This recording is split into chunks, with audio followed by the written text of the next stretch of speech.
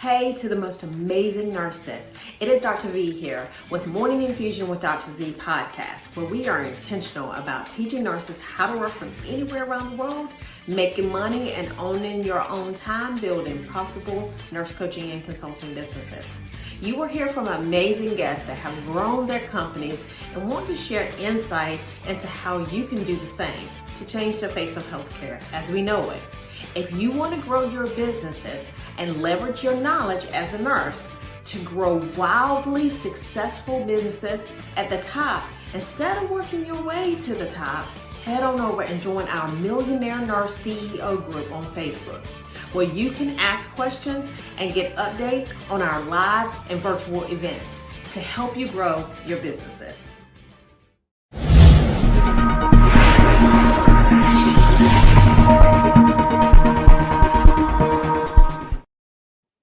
Good morning. Good morning. So this morning we have the amazing Jacqueline Moss. So Jacqueline, tell us a little bit about who you are. Well, first of all, good morning, Dr. V. It's a pleasure to be here this morning with you. Once again, my name is Jacqueline Moss. I've been a registered nurse for over 20 years. Started out as working in ICU, the nursing home, labor and delivery, med surg, worked in various areas of nursing. Psych being the latest, or behavioral health as being the latest that I've worked in. I know I am a caring person. That was one of the reasons why I got into nursing, is because I have such a big caring heart. I have such a big loving heart. I love people and I just care about people. And I want to be able to treat people the way that I want to treat people, because God knows hopefully that I get old one day and someone is going to have to take care of me. So I want to treat people with dignity and respect. So hopefully they'll be able to treat me that same way. So that's one of the reasons why I went into nursing. I love it. I love it. I love it. So now tell us about like when you first knew that you wanted to be a nurse. Oh, I knew I wanted to be a nurse since I was 5.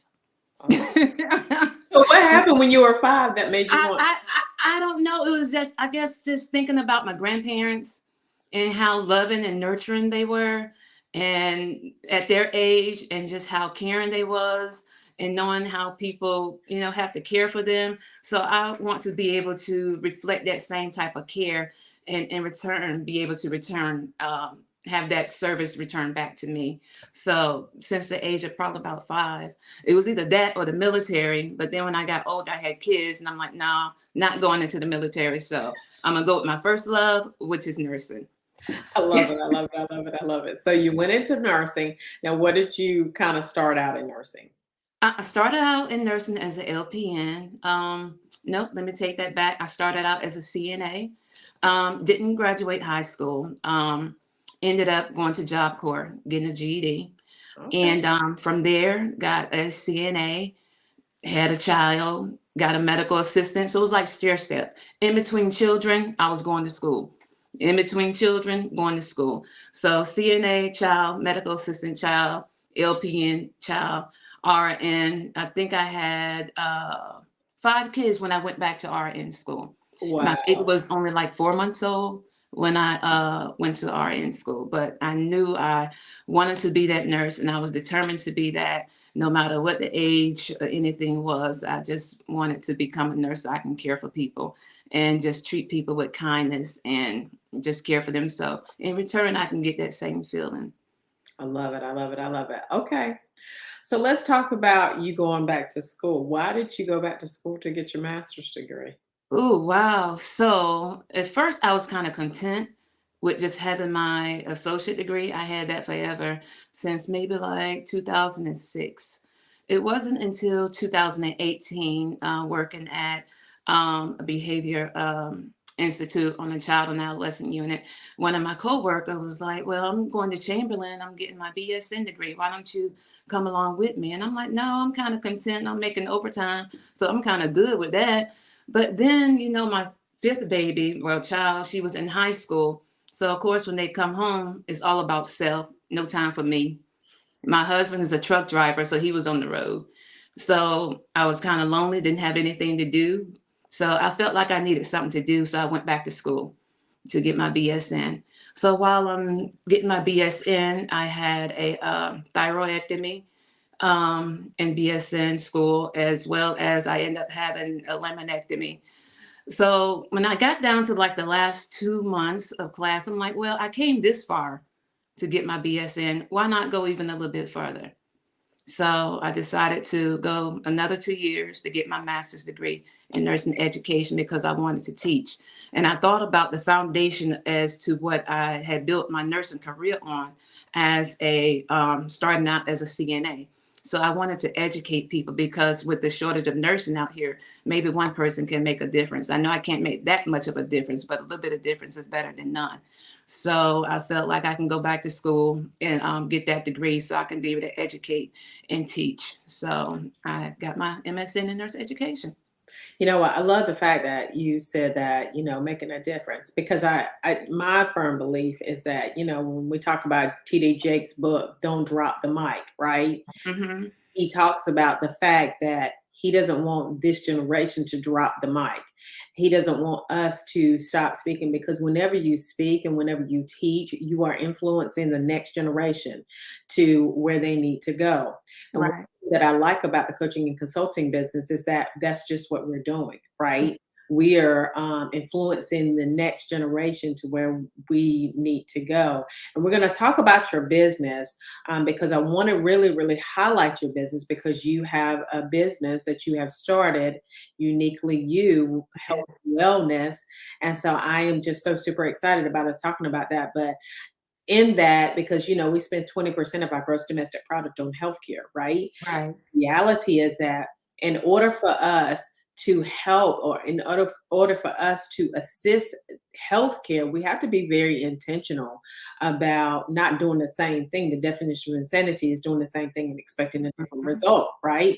And the Correct. reality is that we have to be very intentional about not just being reactive to healthcare, whereas we treat them in the hospital. Of course, we've got to do that at some point.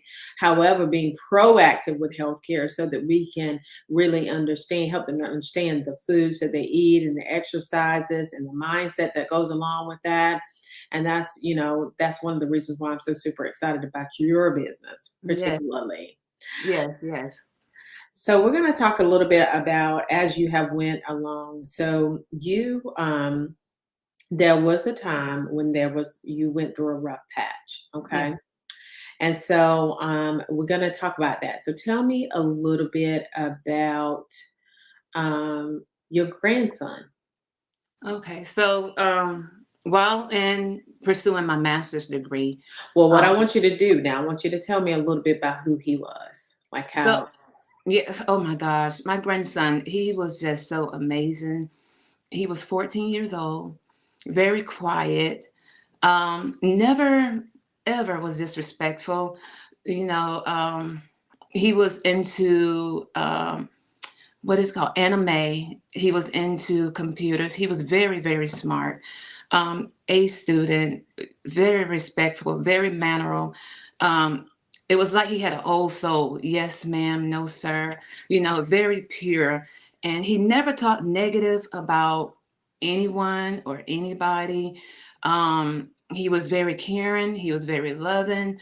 He had three, four, five, let me see, one, two, three, four brothers and a sister that he all loved and cared for and adored and, made sure that they didn't need anything. He was just that big brother figure to his siblings and more.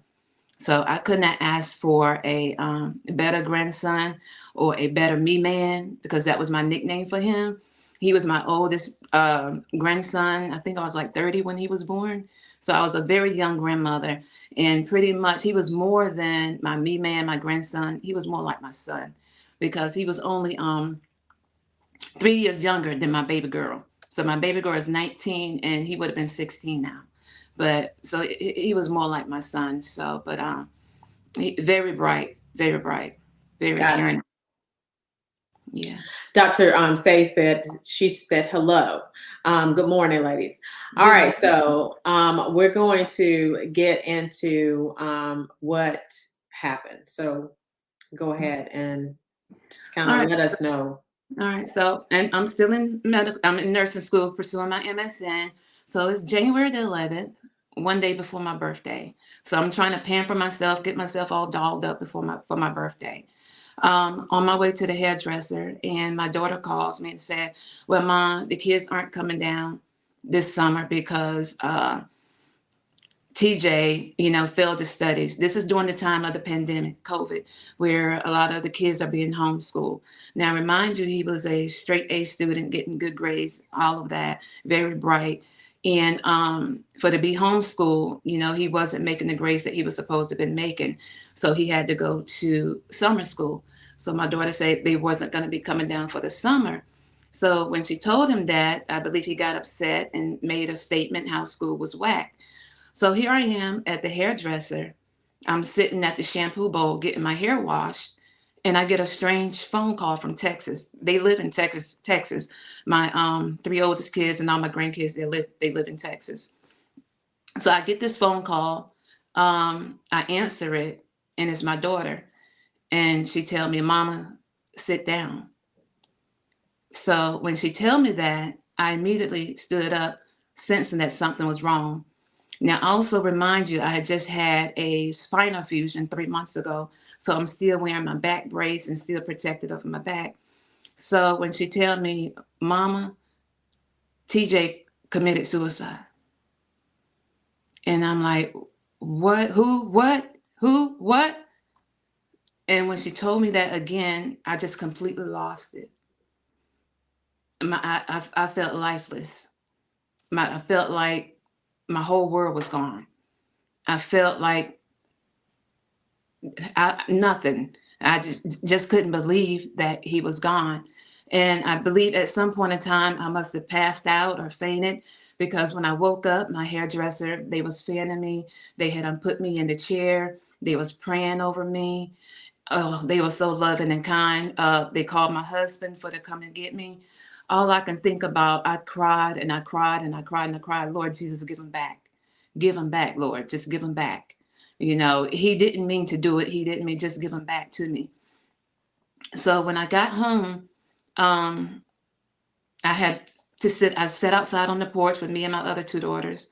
My husband picked me up from the hairdresser, brought me home. We sat outside, and I live in the country, right? And I hadn't seen a lightning bugs in forever. And at this moment, me and my two daughters were sitting on the porch, and all of a sudden we see millions and millions of lightning bugs flying around. And I'm like, "That's me, man's spirit. That's TJ's spirit." And all I can hear was, "Mima, I'm okay. Mima, I'm okay." Even though he was telling me he was okay, I physically was not okay, because I had just lost my oldest grandson. I had just lost, feel like my son. My middle daughter, Jamara, when she had got to the hospital, she said she had laid in the bed with him, looking over his lifeless body. And she saw, I guess, webs and things and stuff on his fingers, is where it looks like maybe he was trying to get a loose, because he died by hanging himself. And he was trying to get a loose, but apparently it went too far. So it doesn't look like, there was no suicide note. There was nothing stating that he wanted to take his life. There was no signs or anything. And I had just saw him the day before on FaceTime, because my daughter was taking him to the hospital because he said he wasn't feeling well, that he had a stomach ache. And so, and I said, "Well, call me when you get home so I know you're feeling okay." So that night when I asked her how he was, she said he was dehydrated. But never in a million years did I think that he was trying to get that type of attention to the point where he committed, successful suicide.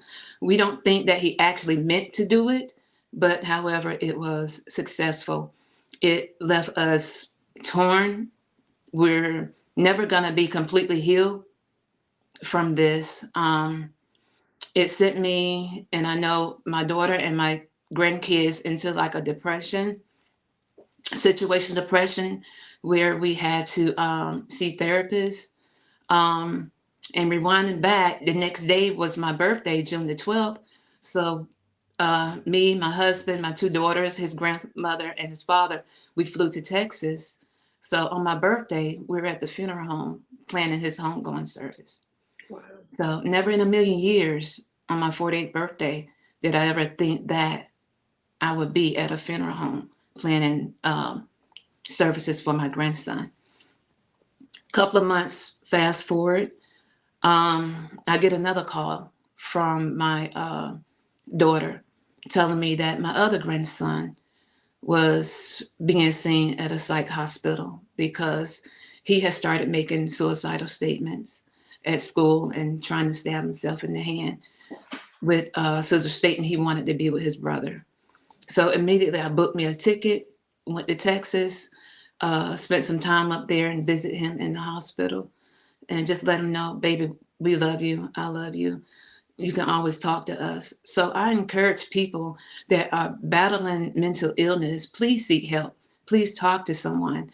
And for a while, I blamed myself for my grandson's death because me working as a psych nurse for over 10 years, how did I miss the signs that he was going through some things? And just seeing him on FaceTime the day before, in early part of May, I was just there doing Mother's Day, visiting with him. Never in a million years would I ever thought that would have been my last time visually seeing him, having a meal with him, going to the ball game with him. Never in a million years I would have ever thought that. So for me, you know, I ended up still being in nursing school, still going through that, still going through my depression, seeing a therapist, praying, Lord, help me get through this. And at the back of my mind, what got me through this was him telling me, Mima, I'm okay. I love Mima, it. I'm okay. One of the things that I say, and one of the things that, it used to be, especially in the African American community, was it was taboo for you to see a therapist, right? Right. Because depression was taboo as well. But really understanding that is key. But one of the things that I do have to say when it comes to, psychiatric conditions, wherever it is, whether it's depression, whether it's suicidal ideations, one thing about the mind is that you never ever know. Like Yeah. and that's one of the things that I struggle with, especially in the emergency department, because I could do an across the room assessment for someone who was sick, right? And what I mean by sick, physically, right? Right. But when you're mentally sick, there's no way in the world for you to be able to tell that, something is even going on. Right. So, that should never be something that you should have any guilt behind, because you just don't know what those things, when they have those thoughts in their mind and what will happen. So kudos to you. But we're going to go to commercial break, but then I'm going to come back and we're going to talk about how you have rebounded from all that has went on. Our live event is going down twice a year in Rocky Mount, North Carolina, called the Millionaire Nurse CEO Conference. We will be covering the blueprint and master plan to grow a wealthy and flourishing company. We love that you listen to the podcast, but we want you in the room. We will be sharing insights on marketing and sales strategies so that you are able to create more impact and make more money, creating more freedom so that you can do the things that you love. So join us for the nursing event of the century. Go to vpnursing.com to sign up for this life-changing event. So we're back. So now, you have since then, I mean, when I say rock, you love it when I say rocking it out, but I mean, you have been rocking it out. I mean, you literally, you have, when I say that you have been one of the most, you went through VP Nursing Business Academy, and Yes. you had like stellar performance, stellar from the gate. And I mean, like, I'm so super proud of you. So tell us a little bit about the reason why you even reached out to me from the beginning. To be honest, Dr. V, I don't even know how I got to your page or anything. All I know, remember, is I'm sitting at the table and I'm having that breakthrough strategy call with you. And it was one of the best things that I could have ever done, because without you and your program, I would have never gotten this far, even though I knew that I wanted to own my own business. And that was another reason why going back to school. But without you and your program, I would have never, ever I had gotten this far. But the reason why I did decide to join the program is because, like you said, I want to be able to work for myself. I want to be able to provide time for me and my family. I want to be able to create a legacy for my family. I want to be able to give back, especially to those that are battling with mental illnesses and things like that, because my family, we're still struggling, with that. My grandkids and stuff, they're still struggling. They're still having a hard time. And if, and since we weren't able to save, my grandson or son, hopefully there's somebody else that I can help save. So by me creating this business, it's just a stepping stone for me to be able to do more in the community and out in the world to help somebody else. So that was the reason why I created this business. I love it. So now when you came in, so what was your mindset? Because you came in off the backside of, the suicide, off the backside of you going through your master's program, and then you had been promoted to manager. Yes. And so what was your mindset during that time? Not to give up, not to make excuses or anything like that, and just keep pushing forward. And my mindset at that time was really, honestly, my grandson, just trying to do better for him. Just, I want to honor him because he was such amazing. So if I keep pushing forward and keep pushing myself forward, I feel like I'm not going to let him down or anything, or anybody that's in situations like him. I don't want to let anybody down. So I just want to keep pushing forward and just honor him. So that was my mindset. And when you had called me and you said, well, classes starts, I want to say January the 9th. And I remember saying, I don't think I can do that class because that's his birthday. And that's also my daughter's birthday. So he was born on his mother's birthday and passed away one day before my birthday. And I didn't think I can do that. So you sent me a text and you said, well, I want you to, start reading these 2 books or read some books. And I asked you, what are some good books to read? And you gave me recommendation and you told me to do this and do that. And by that next week on that call, when we, start telling our wins, I had done all those things that you had asked me to do, because I didn't want to be behind. I didn't want to set any excuses or anything. I wanted to be in the program. And I just want to, like I said, just be that person for my grandson. So. And listen, you are making him proud. Listen. I mean, I am extremely proud of your advancement through the program, how you have done. I mean, you've set up your system so that you're able to receive clients. And so, I just love everything that you're doing, and especially the fact that, the mission of your program, uniquely you, health Yeah. and wellness. And so tell us a little bit about that mission. So with Uniquely You, I came up with that name from my nursing background.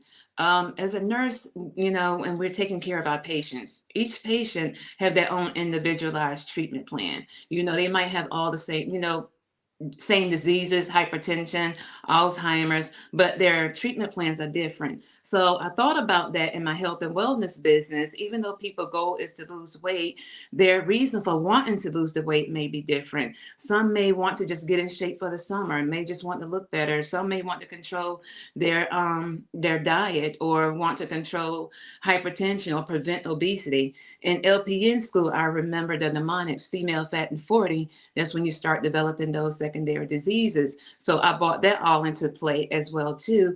And so therefore Uniquely You was birthed out of that when you come into our program, even though you're coming in to lose weight, your plan is going to be different than the next person, because you're different and your goal is not the same, or the reason you join is not the same as the next person. You're uniquely you. You'll get a customized exercise plan, customized diet plan, We'll help you set a positive mindset, create a positive mindset, and also we'll hold you accountable because we're going to be there helping you along the way. My goal is not to let you fail because I'm going to be there hand holding you, making sure that you progress and get the results that you're looking for within those 12 weeks. I love it. I love it. I love it. So, tell us about, like, just give us some insight of about what keeps you going through this process during this time. You know, I hate to keep saying family and grandson, but honestly, that's pretty much what it is. It's just him and him leaving this earth so soon. No one would have predicted that.